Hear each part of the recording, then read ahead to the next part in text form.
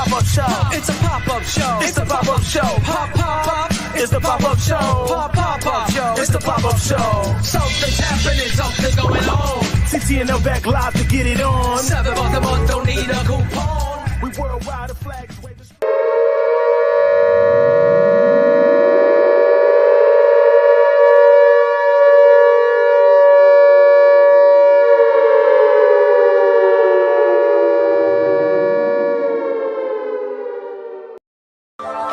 For Lord Cars.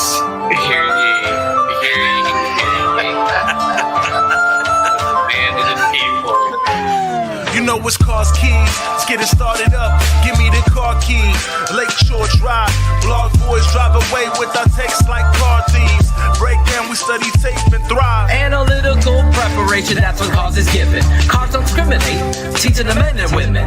Each and every week, there's nerd to get your focus. Never manipulating stats, lore, cars no hocus pocus. Cars keys, they're never lost. Checking source, never gonna find a better scouting report. Cars going live with the smartest man, my bestie. Deciphering holes on the defense like Getsy. New show, uniforms, orange with the dark sea. Tape never lies, patrons, this is Cars You know Keys. it's Cars Keys. Let's get it started up. Give me the car keys. Lakeshore Drive. Blog boys drive away with our takes like car thieves. Break down, we study tape and thrive. We gotta break down tape like detectives. No hot takes, just real football perspectives. The Bears nerd dropping science on his terms. TTNL giving Bears press like a perm. Other networks are soft with the heads. Stats plus film equals football cred. Analysis like Data 10 tries to shred. McCaskey's letting me cake, we keep the 100 crew fed. Cars keys, let's get it started up. Give me the car keys. Lakeshore Drive. Blog boys drive away with our takes like car thieves. Break down, we study tape and thrive. Lord Hines in his car, fill up a goblet. Lord Hines in his car, fill up a goblet.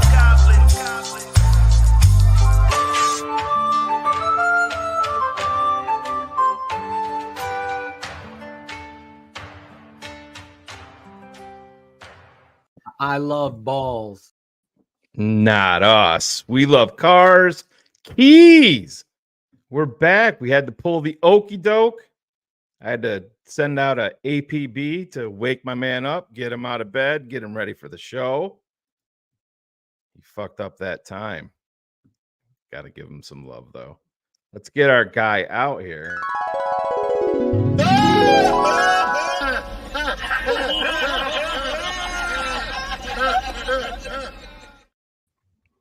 Look at you. I mean, East Coast time, Central time. Who knew there were differences in the hours between New York and Chicago? That's so weird. Usually I'm the one that's showing up right before kickoff like that. And I'm like, I wonder if this dude thought I said Central or he just had Central in his head. And so I texted you, but you know, it wasn't too bad. Talk about that moment of like, oh shit, I done messed up. That time of year, man, we got a lot of stuff going on. But oh yeah, I hit you up there a couple of weeks ago about pulling the okey doke on the fans tonight. Do something a little bit different. Cars Keys is back. This is always a fun one and gets us one day closer to the games that count. So we're 7 days away for the first game of the season, which is crazy to think about. It's bonkers, man. We all love this time of year. I see Dion's in a barn burner here in the first quarter against North Dakota State. So we like to see that, but no, God, I'd love seeing him lose. That's always my thing. Can't wait for him to be the head coach in Dallas next year. Yeah, oh man, that would be something. That's the plan, Drew. You know, we have families and stuff. As long as nothing too crazy goes around, we'll be here more times than not. But yeah, absolutely. We have a lot of thoughts to get out there. That's for sure. But we're just enjoying it right now. College football is getting ready to kick off. I know I'll be in Syracuse with my son Saturday for their opener, but it's all over, man. And fall is upon us. real Pumpkin spice football is. season. Yeah, we're Oh, we're it in the is. thick of it. It is. It is. I see the Instagram posts by all the ladies from 14 to 65 taking pictures of their pumpkin spice lattes and putting it That's up one of on my Instagram. favorite. You talk about an okey doke. Hey, you're all pissed off that we hired this new CEO for Starbucks who's going to live in San Yeah, Francisco and fly. We're right. going to release pumpkin spice a month early, Yeah. and nobody cares anymore. Brilliant. Imagine It's that. brilliant. Imagine that. But let's get into it, man. We got football. I know we're not gonna get too detailed tonight. We're gonna keep it light and probably a little bit shorter than normal. We'll see how it goes. But what do Yeah, you this will got? be this will be a Toshin short, just to give everyone that sort of example. So yeah, have to get my shots in while I can. Hey, that's Absolutely. right. That's why we're here. We got to take our shots at our guy. Exactly, exactly. So I think, look, today I just want to talk a little bit about what we saw over in preseason. Yeah. Mostly going to focus a little bit more on the offense today because I think we saw how good and how much fun this defense is going to be, and I think we're Oh, going to yeah. see with Washington's influence a much more. I guess that's been one of the subtle things before we dive into the offense, Shane. Um, One of the things that was the biggest concern about Flus coming over was that he was not a very risky Right. defensive play caller. And that went Yeah. away last Sure year, did. and it Sure did. really looks like it's going to go away even more this year. Yeah, man. I totally agree. And if I was a football coach, I would be my mentality, especially with football, is aggressive by nature. That as much as I hate the Philadelphia Eagles, and I know I refer to them a lot, I used to love the old days watching old DC Jimmy Johnson, not Oh, he the was head so football good. coach, but he didn't give a shit if it was 3rd and 1, 3rd and 30, 2nd and 2. He was bringing the house, and he just said, "Fuck you, stop it." And that's the mentality that I love as a defense. I cannot stand bend don't break and we're going to let you have 18 plays because you're going to screw up one of those. I hate that. The thing that I still do hate, Cars, and we saw a couple of them in the preseason. I don't want to overreact too much, is the deep end cut against this defense. It makes Yeah, me mental. And it's not, oh, he's just open. They're wide wide open. And open. it's a anywheres from a 14 to 18-yard gain without fail. So hopefully he can come up with some pressure package or something to omit those, because those are absolutely, if you can't get off the field on 3rd Third and and 12, 14. Yeah, yeah, what are you doing? it's a problem. But yeah, but go No, ahead, no. man. Did you see the linebacker clips today? Yeah. Uh, I thought the one thing I just want to say about that is I thought it was really interesting that his stance, which I think is a fantastic one, Yep. is every play should be a turnover, Yep. Love and it. that's the sort of stuff that gets me excited about that defense. But look, I know there was a lot to do earlier this week when Warren Sharp kind of listed out formations Yep. offensively, and what I wanted to do though is actually show a little bit, excuse me, on what those look like for just the first team offense this year. So, or this preseason. On the right is a little bit of a cheat sheet. You remember we kind of go over this every time, but when you look at 20, 21, 22, what those different means. The first number is how many running backs are on the formation. The second number is the amount of tight ends that are on the formation. And then what's ever left over is going to be a wide receiver. So if you looked at Warren Sharp's kind of notice early on, is that the Bears were in just shy of 40% out of the 11 personnel last during the preseason.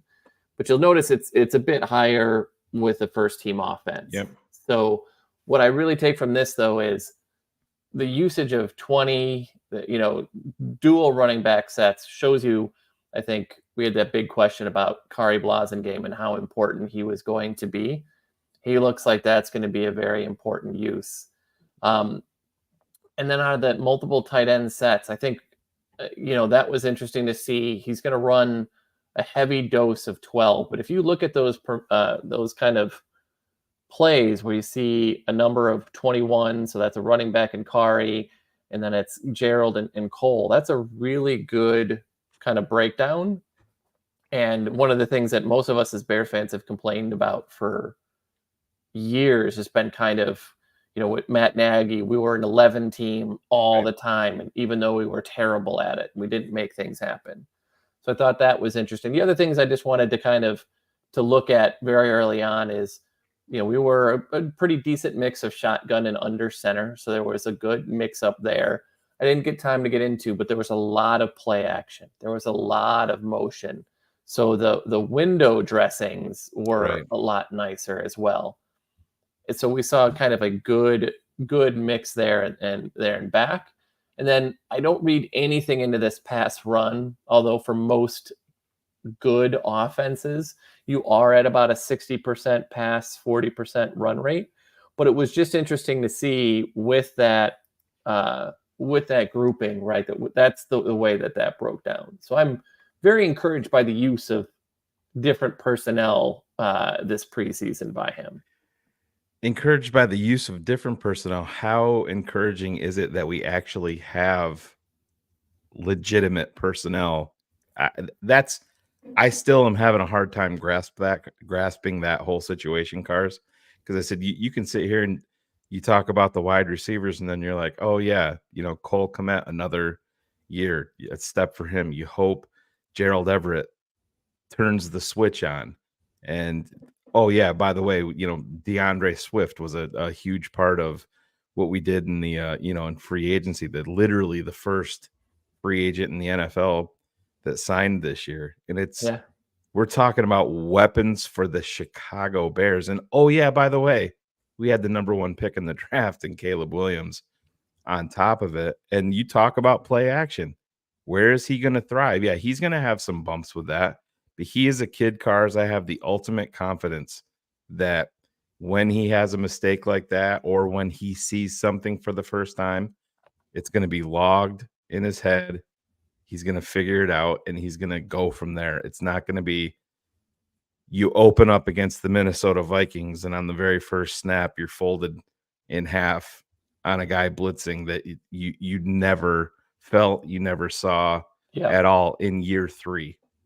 Oh, I mean, and I think to use a play for an example, the sack that he took against Cincinnati, right, and kind of marching down to the red zone, he might have potentially had Dante Pettis there, but what he saw was the single high deep safety didn't move. He stayed middle of the field, and so he kind of took both of those routes away.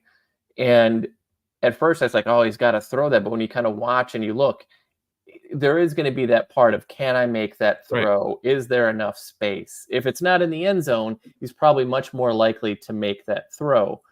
But it's you just see him learning along the way. And to your point about formations, how crazy is it when you think of when the Bears go 12 and they want to pass the ball, they're not really giving up anything. You've got Everett and Kmet, and then take your pick of who you're going to put. Which 2 of the 3 are you going to throw out there? Maybe you're going to throw one of the 3, and you're going to have Tyler Scott come take the roof off on the other side. This is the deepest talent we may have ever had. Now, ironically for us, I think the top level talent is higher than it's ever been. Totally agree. Across the board. But are you like, okay, Swift is going to run for a while, then we're going to go to Herbert. It's a different scheme. It's going to be a different run game. Here we go. We're going to go, fullback, no fullback. We're going to go 3 tight. We're going to do all of these different looks.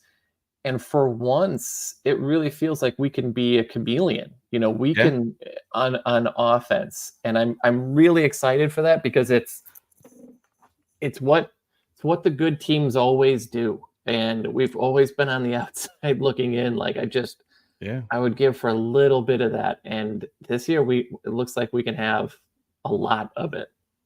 No, I totally agree. And it's just, everybody's heard all of us say it's un-Chicago Bear, like pretty much everything this offseason, but even going to like Hard Knocks and the roster construction cars, other front offices and head coaches, they were never going to rely on young upside Nope. ever. They just weren't, especially as backups, and we're seeing that at the quarterback position in Chicago. Yes. The oldest guy in the room is an undrafted rookie free agent this year. He's the oldest quarterback that you have on your team. And I love it. I love it because that was one thing that I will give Flus credit for in his opening presser when he was hired. He said, I will play young guys and I will play them a lot if it's warranted. And why not, man? That's how you make a dent in this league with your roster. It's what Green Bay and to a larger extent before Quessy, what Minnesota has done. Yes, I understand they haven't won the championships, but they've been one of the more successful regular season teams because that's the way that they've drafted. That's what the way they built their roster.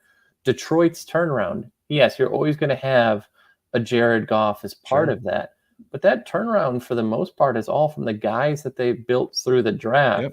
And we spent an entire life, countless shows talking about, we always try to shortcut it. We always try to be like, all right, we got 2 or 3 good young kids. Let's trade it and let's see what happens. And the result is we got Cutler. Offense is fixed. Yep. Don't need an offensive line. He'll take care of it. Yep.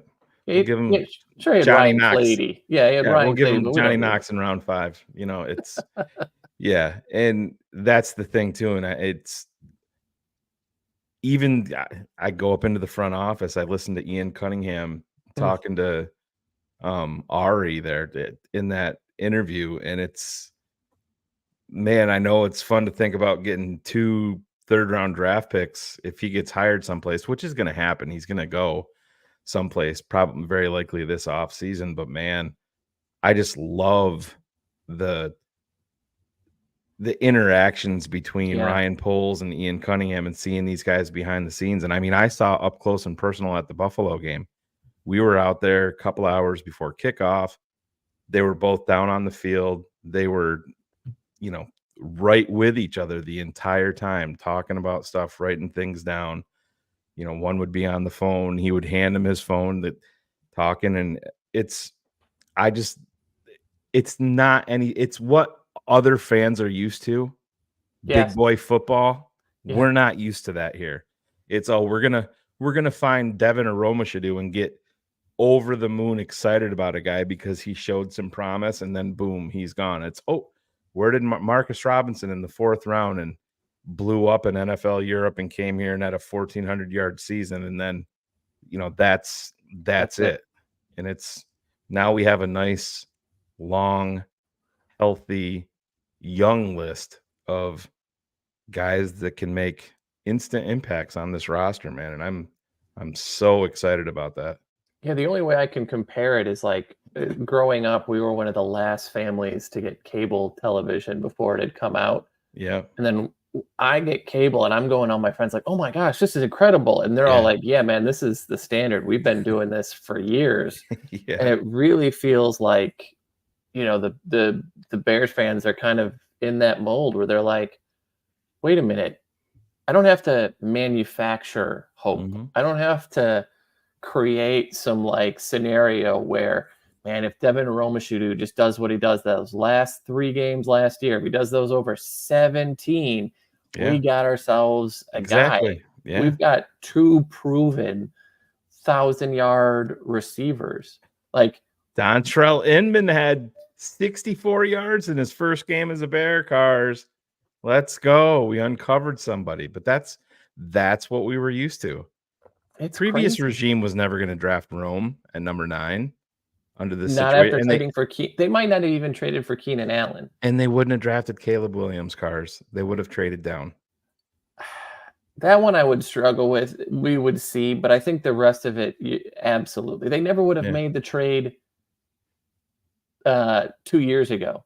That's true. Yeah. That's the one that I think that they wouldn't have made. And or if they had made it, what Ryan, which cracked me up if you saw the New York Times article where it ranked front Yeah. offices and they're like, best talent evaluators up and coming, and Ryan Pace had gotten a couple of votes, and you're just like, Yeah. oh my God, come Yeah. on. But it's just, how crazy is it that Rome is your third wideout? Like the talent of that kid and what we've heard all camp and what you kind of see in the way that he glides and he moves across the field, that's your third guy. He will be most likely your second guy by the end of the season. Oh, sure. And people shouldn't get upset about that. That is why you draft the guy in the top 10 Yeah. for that specific reason, because moving forward, he is going to be the guy. I think it was Kay Adams talking to him, about being the all-time leading receiver in Chicago Bears history, which, let's be honest, is not that 3 good impressive. years. But exactly, Cars. He'll be there at like 25 or 26 years old. That's the crazy part. If he grows the way that he Sure. wants, he will supplant DJ as the number one Totally in agree. probably 2 seasons, Yeah. right? And that's the way, and that's a wonderful thing to have happen. But it's just nice too, as a side effect of being like, we're not the only ones who are saying this. And it's not Yeah. even just the Bears fans and the national media that are saying this.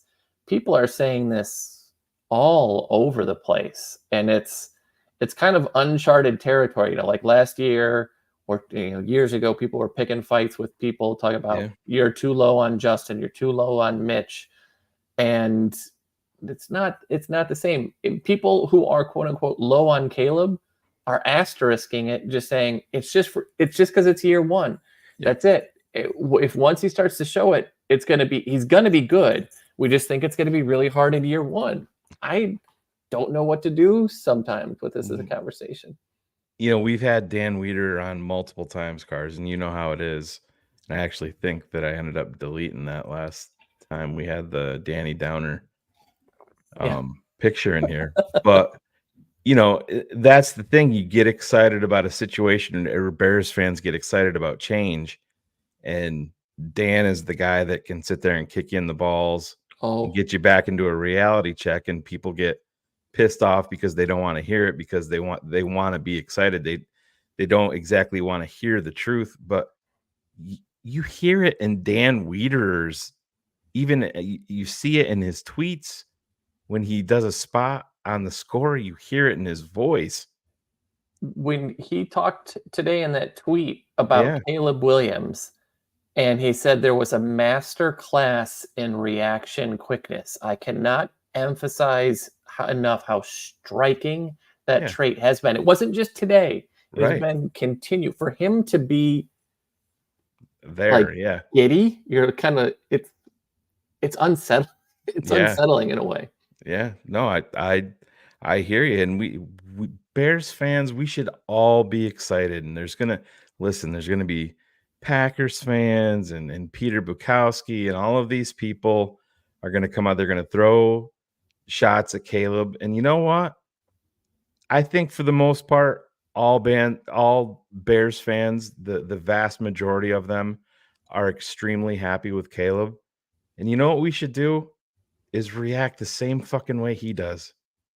Bring it on. Bring it all on, because it's not going to change me. It's not going to affect me. And I'm not even going to show you that it matters to me, because it doesn't. Because it doesn't. That's the way that we should react. And I mean, I should listen to my own advice there, because I get pissed just like everybody else does. But that's the thing. And it's coming again, Cars. It's going to come. They asked Caleb and he's like, yeah, I'm for the regular season, I'm going to start painting my nails again. And that it's going to start up with that again. As soon as he paints his nails, there's going to be all of the bullshit starting. And who gives a fuck? Let's stand with Caleb.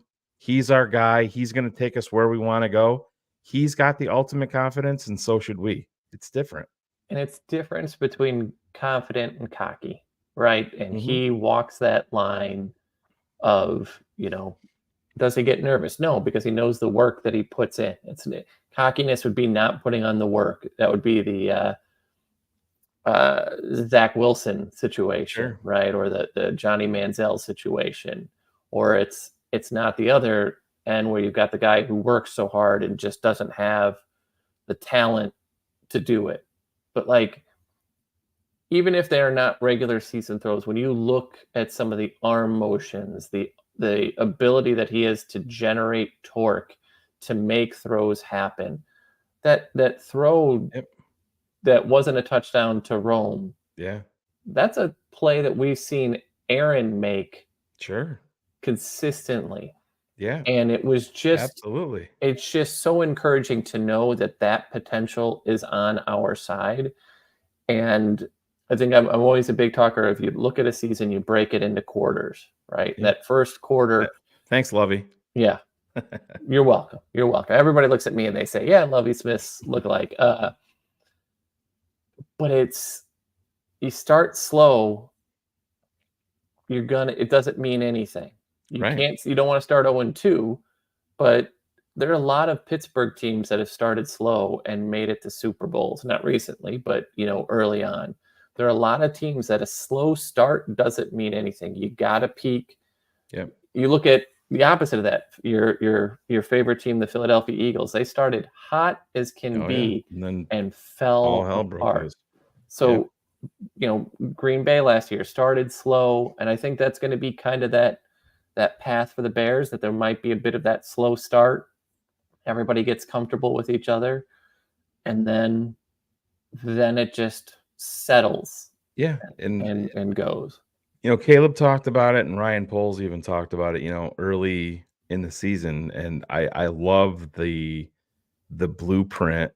For them to kind of use. Early in the season is with all of this talent, Caleb's got to have the ability to rely on that talent to make plays. And that's going to make his job easier. But away from that, there is going to be times within the game where you need him to become the alpha playmaker that he was drafted for. He's got to be able to pick his spots. It might not have to be on 2nd and 7 in the first quarter against Tennessee. You know what I mean? You got to pick and choose your spots, especially early. And I think that that's what Waldron and even Ryan Poles and Matt Eberflus are trying to drill into his head. And I think Caleb is very, smart enough to understand that, because you hear him talking about it. What did he do at USC when he had a legitimate top flight wide receiver there? What did he do that last year? He won the fucking Heisman Trophy. Well, I think to your point, remember that first episode, or it might have been the second episode of Hard Knocks, and you've got Swift on the sidelines talking to him saying, the keys are yours. Yeah. Right?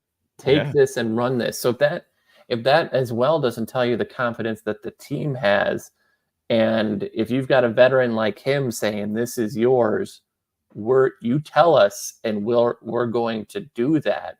That's the buy-in that carries in. And I think we've talked about it.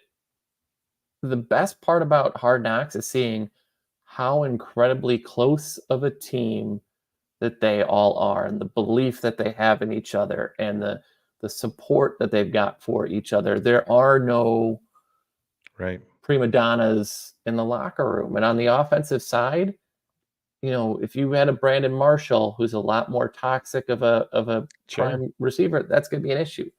You don't get the sense that there's any of that toxicity at any level, and I'm super, super excited. Yeah, I mean, you think about how different it is. Kyle Long was on with Peter Schreger. Peter Schreger does the Hard Knocks podcast that comes out usually a day or two after Hard Knocks airs.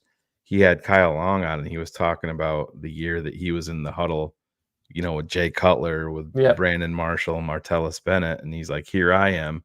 He's like, I'm just shutting the fuck up. And he's like, I couldn't believe, he's like, the play would be drawn up for this. And then here you have Brandon Marshall just going fucking rogue and demanding the ball. And a lot of times Jay would default to that, Yep. you know, just to keep his guy happy. And I don't think that's listen, all of these guys want more and more and more. I get it, but that's the difference between long-term special and flash in the pan special, and then you're bouncing from team to team to team And is sustained success as a franchise, right? Not sure. as an individual. But I think that speaks to your point of going team to team. You know, Antonio Brown got there. Look what happened in the way Mhm. that ended. I think we've seen a litany of Sure. these wide receiver types. It's just what happens. No, I hear you, and I love when you're talking about your top 3 wide receivers, I just don't see I don't see anything toxic whatsoever in any of those top 3. I mean, it's just not there. No. How The about way that all 3 of them are built. did you read the story today about Rome from K on I ESPN did not. where No. they're talking about the practice, you know, and it was DJ and Keenan were there and Caleb had learned that Rome was in the area and he invited him and they were throwing the ball and midway through the practice, I guess Keenan Allen turned to DJ and it's like, well, he's got his deep ball guy now. Yeah. Like Right. it was that quick Yeah. and it, you know, Yeah, Cars, you were on the show with us many times, and we were talking to former Bears, and they're the first ones to know. You've heard us talk about Shane Matthews, and I shared um, last night on Keeping It 100, Tom Waddle going to Bears minicamp back the year that the Bears drafted Joaquin Iglesias in the 3rd round, mhm, and he asked, I don't know if it was Tony Medlin or somebody who was standing there, and he's like, "Now who is this?" I think he was number 17, I think, in preseason. Iglesias was. He's like, "Now who's this?" He's like, "Oh, that's our 3rd round draft pick out of Oklahoma." And Waddle said, "This is the first rookie view it. minicamp." He's like, "That's that they took him in the 3rd round. Kid can't play." Yep. He was there for 10 minutes. Kid can't play. Shane Matthews sees Cade McNown. They drafted this kid in the 1st round. He can't fucking throw. Can't 10 minutes.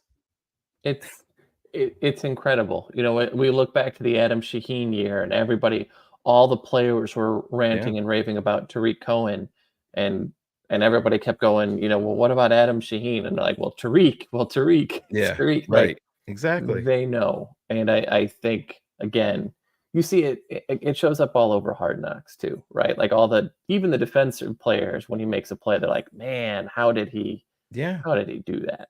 Yeah. You saw, I think it was Jalen Jones. He's like, "Oh," he's like, "How did How he, did he get that yeah, out? how did he do that?" And that's an NFL, a guy playing corner in the NFL. Think about the logistics of that position. Yeah. You know, them saying that about a rookie quarterback. And don't let people talk down to you, man, about this. They're gonna try to tear the kid down, and it's rolling right off his back. So Bears fans should be no different. Absolutely. Absolutely. Well, I just wanted to share a few of my quick observations. I'd be interested if you have any Mhm. disagreements here. So one of the things that stood out to me is in the quick game where quick reads were needed, I Yep. felt like he got there. When there were long games or long plays, long, slower developing things, I thought he did really well. But it was that intermediate part, right, of Yep. where timing needed to be. He looked a little hesitant because of those windows to make some plays. I think that's going to play into he's going to be more careful with the ball than careless. So he wasn't trying to rifle things early. But I thought that was really fascinating. Um, Totally agree. Gerald Everett played a lot of preseason and was in a lot of the 11 or the 11 formations. Yep. He was the tight end over Komet. I don't necessarily mean that he means that he's favored over Komet, but he is a different body type. And 100%. and Yeah. I think his use is going to be fascinating. That's someone that you have to really watch out for. Um, Yeah, I mean, if you're looking for the explosive element out of a tight Tight end. end, that's 100% what he's got over Cole Kmet. Absolutely. And it's the options just between these guys' cars is amazing. Insane. It's And then the offensive line, I know they get a lot, and I know there's a lot of talk right now about Trent Williams and the availability, and he's obviously an upgrade over Braxton, but really all the offensive line play was really good. You're gonna get beat from time to time. yep. It's going to happen. But when you look at the amount of toss plays that went for big yardage, when you look for some of those longer developing plays that went on and on and on, it was really encouraging to sit down and see just how well that line held up, especially against Buffalo. Oh, thank you. That's a lie, but I appreciate it. Since he's got some really good edge rushers, they could create some pressure. But I really felt like, it's encouraging to understand it and hope that the offensive line is better. I think one of the interviews was with Pohl saying this is the deepest the offensive line has ever been, and it's one of the deepest rooms in the NFL. A couple of the guys that he cut said the same thing. He Yeah. said of the offensive linemen. And so, you have to take comfort in the fact that if this line plays just average NFL football, running past play, that this is going to be an out of this world offense next year. Yeah, no, and I agree. And listen, we all know, I know Logan had it in the chat talking about center, and Coleman Shelton's not the long-term guy. We obviously understand that, and whatever's going to happen with Bates. But again, going back to Kyle Long, and it's 100% correct. Justin Fields was an insane worker, a great guy within the locker room, but he had a lot to figure out on the football field as a NFL passing quarterback. Mm-hmm. Those offensive linemen knew that. The wide receivers know that. That hurts in your confidence and your belief in a guy. Listen, on the outside, you're going to throw all your support behind him, but in a lot of the sticky situations, when you're going to have to pass the football, the belief may not be in there. And Kyle Long talked about, he's like, I've been on some good teams, and I've been on a lot of bad teams, especially in Chicago. And he said it felt different when I got to Kansas City. He's like, now I didn't get to play much there. I got hurt. But he goes, when you walk in that locker room and you realize that it's on you to protect Patrick Mahomes, a legit alpha weapon at the quarterback position, you go above and beyond no matter what, because you don't want to be that guy that fucked it up for him. And I'm not going to say it's going to happen in week 1 or week 2 or week 3, but if the more this kid makes plays in the passing game, the more this offensive line is going to believe in him. Then you start talking about the quick release. Then you start talking about him making plays from the pocket, throwing the football. That in and of itself is going to make your offensive line better. The fact that you've got a quarterback that will step up into the pocket, right, and not just leak out every time. When you go to the throw that he made to Tyrone, the way that he maneuvered in the pocket and stayed as long as he could until he had to get out, those type of things make a line look better, because oftentimes there were sacks that happened that the tackles got blamed for, and their guy was stonewalled, but it was him escaping the pocket that causes the sack. And every quarterback will do that. You just want that to be a very low percentage. It's like playing your kid in Madden. I always say that to Riley.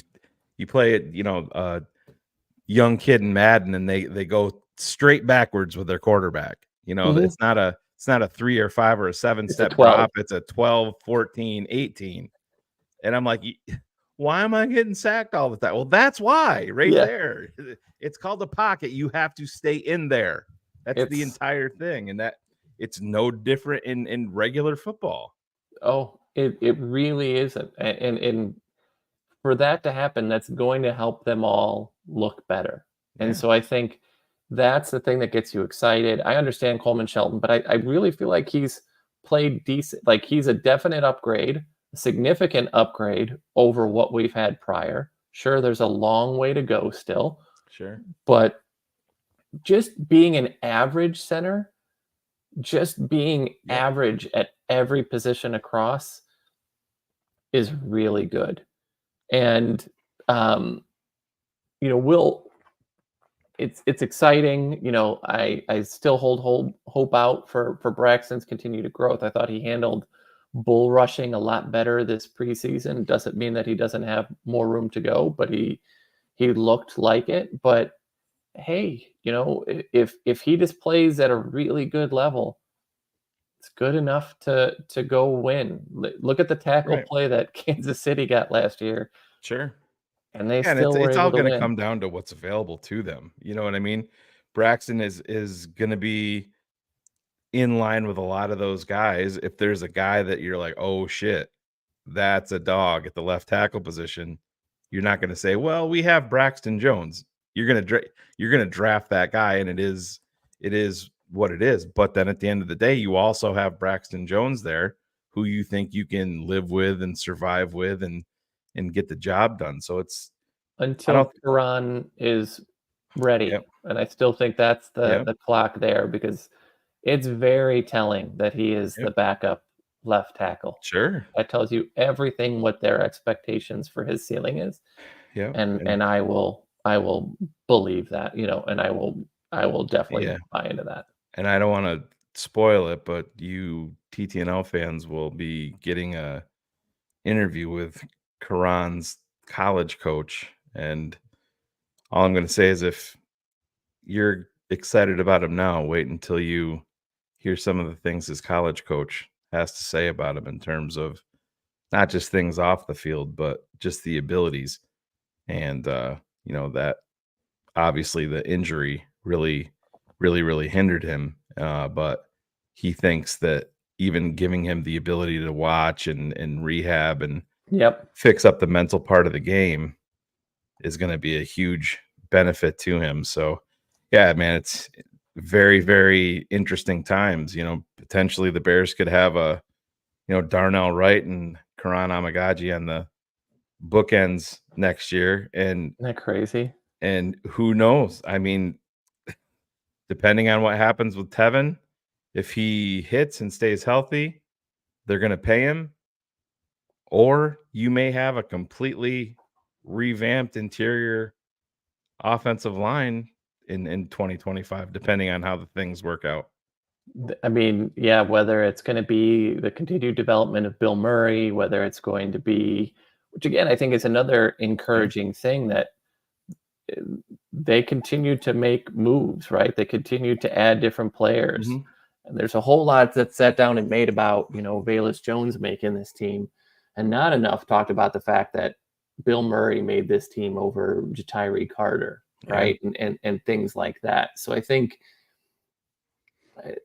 it's exciting times, and there's enough pieces here right now to make this just a fun team, and a dangerous team. I don't think Absolutely. Yeah. people are No, going to be really excited to come play against us. There's going to be a Cars, lot more nerves. listen to Ryan Poles talk about Matt Pryor.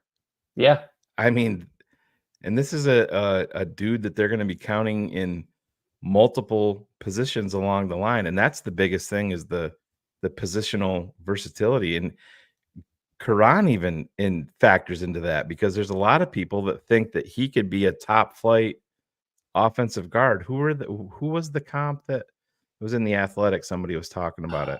I can't remember. Was it the My brain Cowboys? doesn't work anymore. Kid from the Cowboys, I think. But anyways, yeah, no, it's interesting. And you look at the first rounder and the 2 second-round picks, one potentially could be at the top of the second round, even depending on what happens in Carolina. I think it looks extremely likely that that's Oh, going to be. oh yeah. I mean, that team's already fallen apart. Yeah, right there. Zane got it. Yeah, Tyler Smith. That's Yep. who it was. Yep. Yeah, it's exciting. It's definitely exciting. Vince has this question, and it is legit. Yeah, it's 20 plus. Lindstrom from Atlanta said it right, and it was 21-ish. Yeah, it was. Yeah, but I mean, you look at Hunt. Hunt got over 100 million from going from Miami to Carolina. Paid 2 guys on the inside. Well, they had, Yeah. and which I think they needed to, but I think is going to be a problem because those guys are so big, so tall. That's going to Yeah. cause massive issues for Bryce. 5'4". Oh God, yeah, we'll say. I mean, yeah, I'm looking at it. Like if you look at the largest deals recently, Lindstrom 5 What for did- 102. What did I do, Rick? I don't understand. Oh, Was it Matt Pryor? He talked about. I said he talked about how much they believe in him and how his positional versatility is huge. I don't know if that's what you're talking about.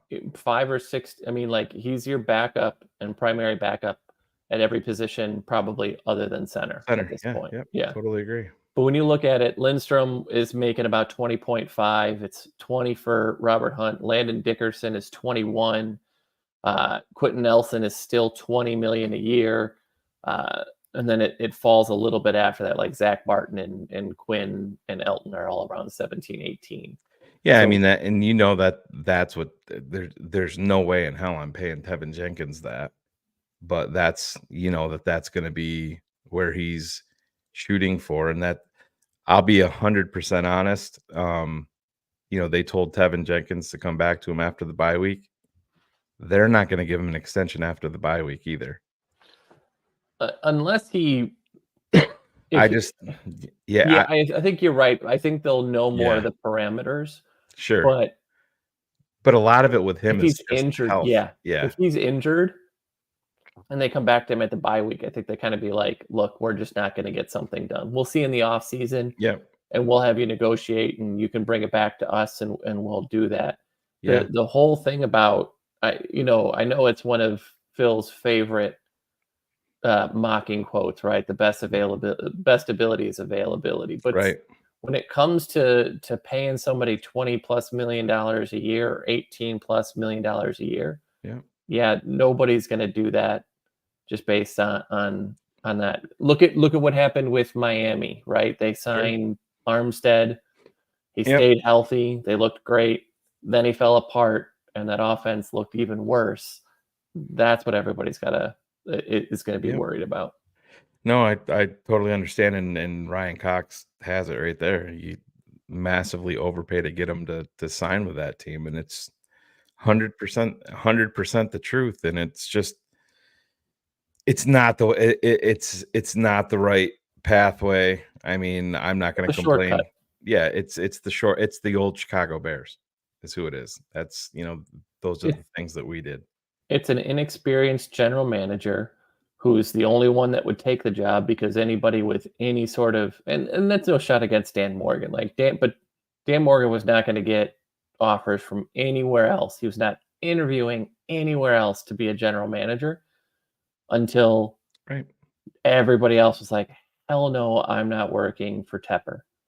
Hell, and remember that this was the team that in front of the draft, there was the restaurant that had the sign that said, please, Joe Tepper, let your front office do all the picks. Yeah. And he went in to complain. Like those sorts of things that would have maybe minus the owner saying anything would have been us, right? And it's look at him last year with remember him throwing the drink on the fans from the luxury box, and that's what it is. I mean, if you think you're having a bad day, just imagine if you're a Carolina Panthers fan. I had that tweet that I sent out, just breaking down the trade, with pictures, and it's just, can you imagine sitting there looking at Bryce Young as the savior of your franchise, and you look over at everything that Chicago has gotten from that draft, and by the way, it's not even done yet. I don't know how I wouldn't be able to handle it. I wouldn't be. It's just, and just a quarterback alone, Carson. I'm an Alabama guy, and you guys know damn well I would not have drafted Bryce Young in the first round anywhere. Would not have. went first overall. There's just no way. Ugh. And, you know, to top it off, your number one pick in this draft is the defensive coordinator for the Mud Dogs from Waterboy, Yeah. and dropped the only pass attempt that was thrown his way in the preseason. Your number 2 guy, Terrace Marshall, from a couple years ago, gets cut. Like, that roster is just barren. And thank you again. Thank you, Joe Tepper. You are the best you're the best owner for the Chicago Bears that we've ever had. Yeah. Let's see if I can see if I can find that tweet real quick while we're doing this. Because when you think about it, right, your best 2 players on that franchise the last couple of years were DJ Moore and Brian Burns. Yeah. And you turned down a massive haul from LA for Brian Burns to get a worse haul from the New York Giants for him. Unbelievable. I mean, it's brutal. Oh, I guess I probably shouldn't play it because it's got NFL footage on it. But yeah, anyways, we get it. But did you have any more? One more. The last thing I just want to talk about is a little bit of the Waldron expectations. I always want to emphasize, I love DK Metcalf, but DK is not fully developed as a route runner and for what he did. Tyler Lockett is a very good speed, but he is not developed into the other things. He had limited route. The offensive line was terrible. The run game was inconsistent, mostly because of injury. Health was always an issue there. They had that great year 2 years ago, and then, you know, Geno gets hurt and nicked up because the offensive line can't block anybody. We talked about it early, but his use of formations and all these different things are a vast departure from what we've seen in the past decade. If you want to give Trestman a little bit of credit, he was very good at that sort of thing. He was just bad at everything else that came with the job. He's really good at mixing and matching. He'll call 4 or 5 run plays in a row from under center, and it might not be that it's 5 under center snaps in a row, and then he'll go to a play action. He'll run a reverse. He'll do these little things to kind of, he is playing more chess than the other guys who have been playing checkers, I think, at that position. I still say we don't fully know who he is as a coordinator. I mean, he was passing game coordinator in LA. He saw the free reign and how that ran. He went to Seattle, and I mean, you know, remember when Darrell Bevell was such a head coaching expectation because of everything, and then it was really Pete that was like, no, we're going to pass the ball from the goal line, and it was his call and his overrule. That's always been Pete. He's a control freak to his finest. We don't know who he is. Do not hold what happened in Seattle against him at all.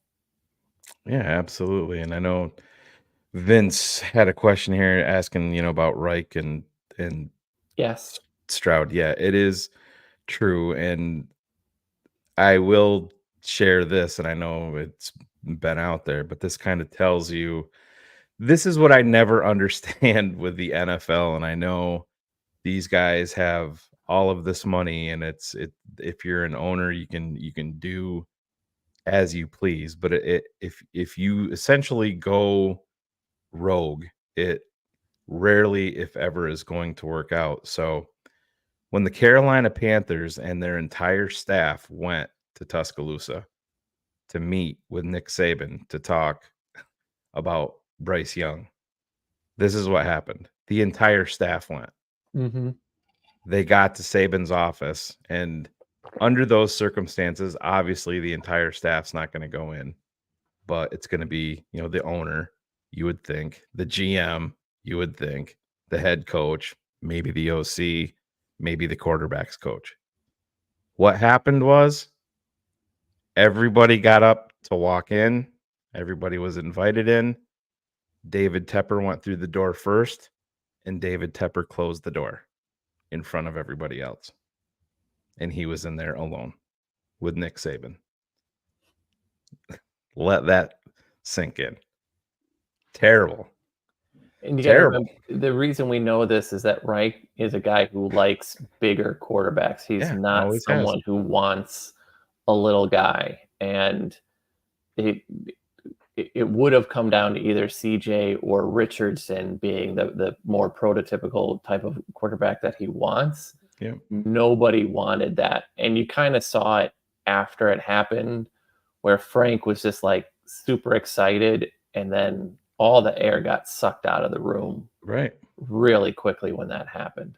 And Cars, you and I talked about this probably 1,000 times. Our, best case scenario for the Bears was at 1 to trade to 2 and then trade down again. And that's exactly what the original plan was. And this is how the NFL is so crazy. The Bears essentially had the trade worked out. It was going to Yep. involve Chicago, Houston, and Carolina. Houston got cold feet or decided they didn't want to do it, and Poles just took the deal with Carolina.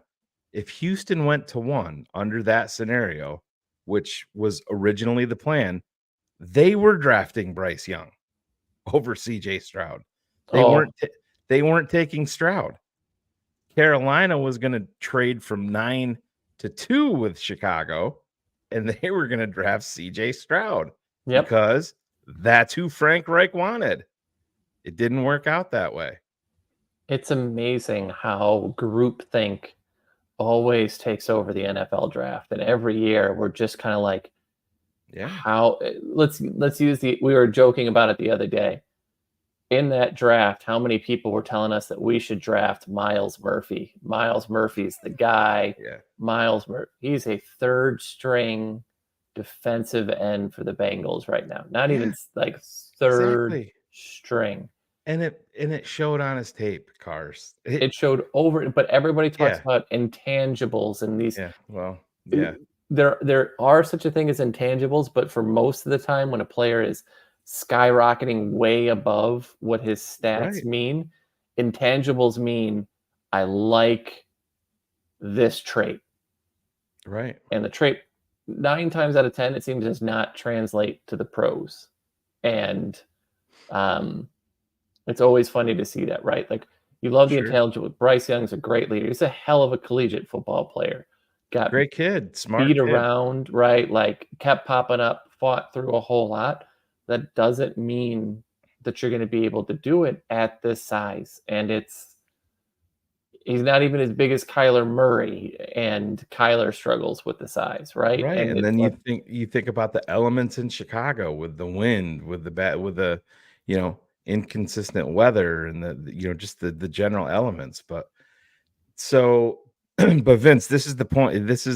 And it's obvious, for you to say something like that, but it happens over and over and over and over again in the NFL, and not just in the NFL, and in professional sports everywhere. I mean, look in Chicago, Jerry Reinsdorf. Sure. Never lets his folks do their job. Yeah. They wanted to trade DeRozan last year at the deadline, and he wouldn't let it do him because he wanted to make a playoff run for the money. Yeah. Play in run. But this is what's happened in Dallas now. Yeah. Oh yeah. The reason they have not won a championship is because Jerry Jones has too much of a say. And he forced himself. He got jealous that Jimmy Johnson was getting all the credit and forced him out to take over. And it's been brutal ever since. Right. And this is another great question from Chris. How much of a concern is it if Waldron doesn't last because of too much success with Caleb? Well, I think that the Bears already have his successor. Yeah. And why am I blanking on his name from Carolina? Brown. Yeah. Thomas Brown. Yeah. Yep. And they paid the Bears went out of their way to give him money, a lot more money. So that's another thing that's un-Chicago Bear like. Not saying that they haven't overpaid for players. They've overpaid for the wrong players a lot. But they coaches they have not. So he's the next guy in line, Chris, that they have already there. And I mean, he could be a guy that, so I mean, he got interviews for head coaching gigs this past cycle. So, and he's a critical part that a lot of people aren't talking about because he went through all of this with Bryce Young last year. So he's going to say, hey, this worked for the number 1 pick. He got forced to take the OC position for a while because they tried to blame Reich for the play call. You're right. Yeah. So, no, but that's the thing. And it's, I don't think you can base everything off of, the long-term success is having the right quarterback first and foremost. I know coaching is a huge part of it, but if we have success on the field, that means that Caleb Williams is showing that he is the guy, and it also shows that Matt Eberflus has taken the next step. So that's a critical part of this. And the better you are, the more opportunities that you're not calling people to come take the jobs. They're knocking on your door. Yep. Say, oh yeah, I want to work at Caleb Williams because the next call that I get after that is going to be for a head coaching gig at a big time college or another NFL team. Yeah, if in that scenario, we're not getting Mark Helfrich, right? We're not settling for someone else. It's a legit concern. Usually I will say that these things take 2 years before those guys start to go. Yeah. But yeah, I mean, when you look at it, you've got Thomas Brown is definitely one of those names of just, he's an up and coming guy, as well as why am I blanking on the quarterback coach's name? Kerry Joseph. Yeah, Kerry Joseph. Yep. He's another one that is coming a long way. And Kerry's always one of those unique guys who played safety in the pros and then went to the CFL to play quarterback again, and has those viewpoints. There's more of a replacement in play, but I also think you're going to your point, Jen, you have a lot more ability to be like, who's the hot name? You're coming. Yeah. Oh yeah, 100%. Yeah, all because of Caleb and Rome and DJ Moore and yeah, exactly. They have ready-made guys in a position. So I've seen this question quite a bit. So Sap, we're gonna do our predictions next Wednesday. Before the season, we're gonna have Brett Maley on Keeping It 100, and maybe if Cars is around, he can send in a recorded spot or stop in, or I'll have Maisie do it for me. Yeah. But yeah, we're gonna do all of that stuff next week. But we got a couple of super chats here. Our guy Bill Wagner, $10. Thanks, Bill. Thanks, Bill. Feels good to have Cars Keys back before week 1. It'll be fun to watch Cars and Shane analyze success instead of failure this year. Smartest bear show on the internet. Thanks, man. Also the tallest, I think, combined height-wise. Yeah. Absolutely. But how great will that be, though, to be able to sit down and just be like, it is different. I was at work today and I was scanning down, you and Ryan Cox and the mysterious text thread that we have, looking down and just seeing, you guys making different comments about how, excited that you are about these little things. And I'm like, this is just things that we're not used to in Chicago as Bears fans. I want to get to the point where we get to a game and Phil has 0 rants for like 2 weeks in a row. Yeah. I can't believe they run the fucking score up like that against the Packers, Cars. I mean, can you believe these fuckers only scored 35 points? That should have been a 42 burger. No problem. I was in there. We would have put up 60. And then I would have thrown this ball over those mountains. Yeah. Yeah. Thanks. Scottish Bear. Carr, should we have kept 4 tight ends on the roster like Bates with Waldron tight end set plays? It's great to see Carr's back. We all appreciate you. So what's your thoughts? I think it speaks volumes about Bates that he was claimed by someone. And I do think that there's value there. I just don't think that there would have been enough use for him this year. I think they're really confident in the 3 that they have. Lewis still offers quite a bit in the pass game. Maybe not so much, streaking down the field, but there's a lot to be had. I just don't think there was going to be enough snaps. You're really going to see they're going to be struggling getting kind of 4 wide receivers into the game consistently. Tyler Scott will be part of that rotation. There just aren't enough snaps to make it happen. Right. So I think it would have been more of it wouldn't have been a shock. I would have been disappointed with it, but I in the end, I understood the move. Yeah, and let's be honest too. We'll see how it works out in New York. Is it the best place in the world for Bates to end up? Financially, it helps him. I don't think it's the best place for him to end up under the circumstances in New York with grizzled, very set in his ways Aaron Rodgers. You think Aaron Rodgers is going to be throwing the football much, even if he's around to a undrafted free agent tight end? That's going to melt down. But you know what? Totally again, agree.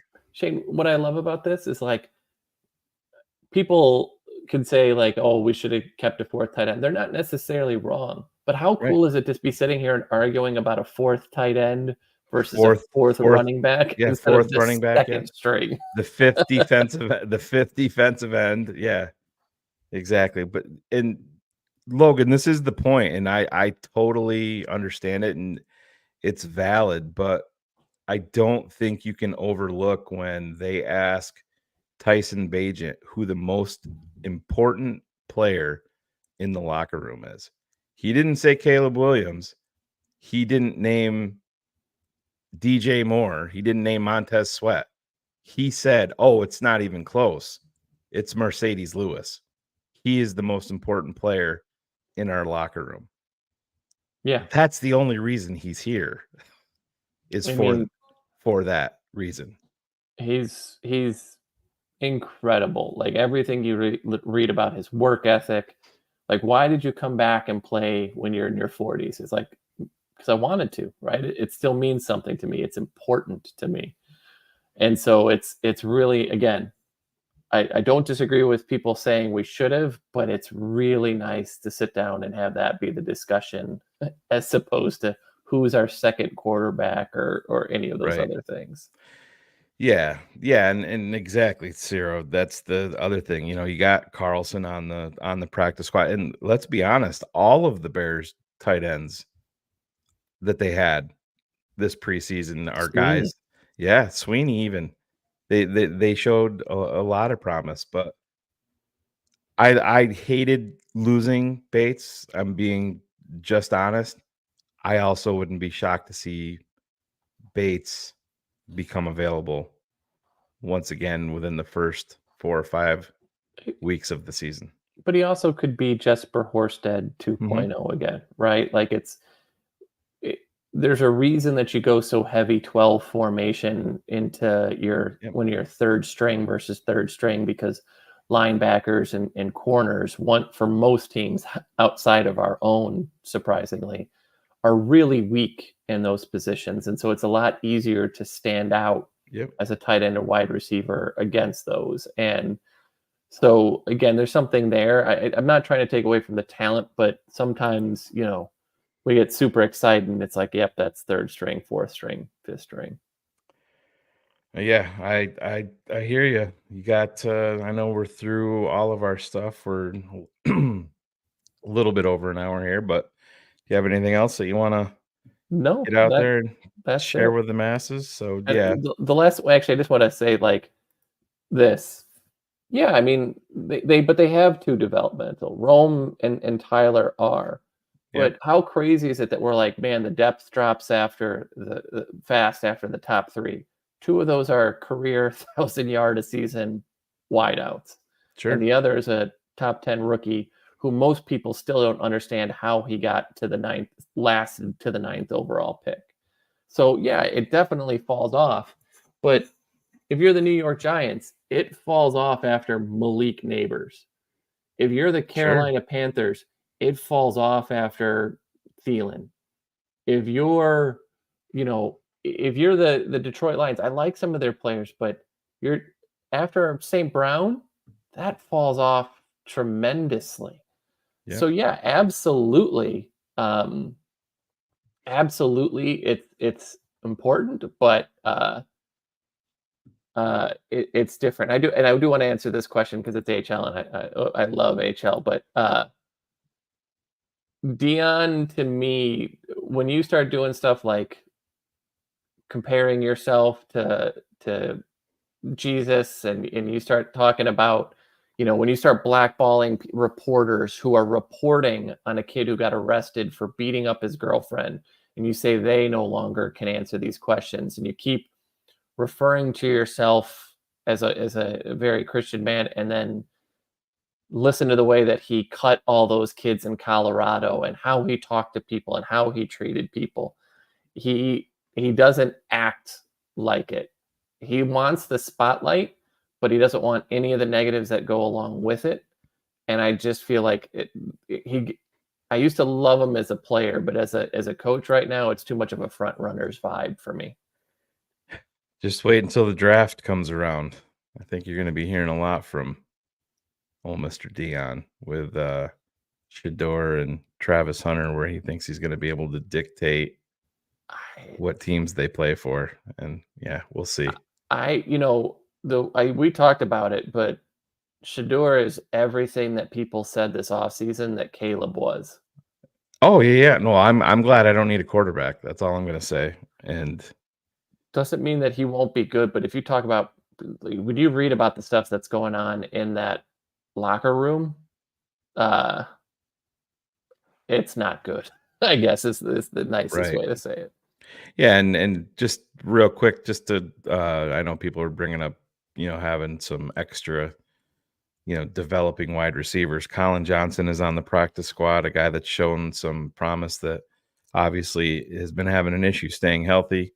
He's on the practice squad, and then they signed Samori Toure from Nebraska off of, the Green Bay roster. They added him. So they have some guys down there. I'm not saying that they're going to be difference makers, but they both bring some abilities that the Bears probably don't currently have, especially with Colin Johnson, and the Bears don't have a 6'6" guy. We don't have Calvin Johnson, so it's a failure. Yeah, right. And that, Corin, is why I hate people that are shorter than me. Yeah, exactly. But yeah, so that should be everything. I think we're probably gonna get out of here. Absolutely. And you know what we have to say, Cars? Are you ready for some football? I'm devastated that there's not football this week, there's an extra week in between. So I am excited. And next week we'll talk more about the matchups and what we expect. So this is just kind of like a little precursor to get us warm, but I know we've been thinking constantly about that Titans game. You, me, and don't overlook Tennessee either. I mean, they got some pieces, but I also believe in Chicago. So I'm excited. But you're ready. I'm ready. That means we're ready. Football is almost here. Let's go.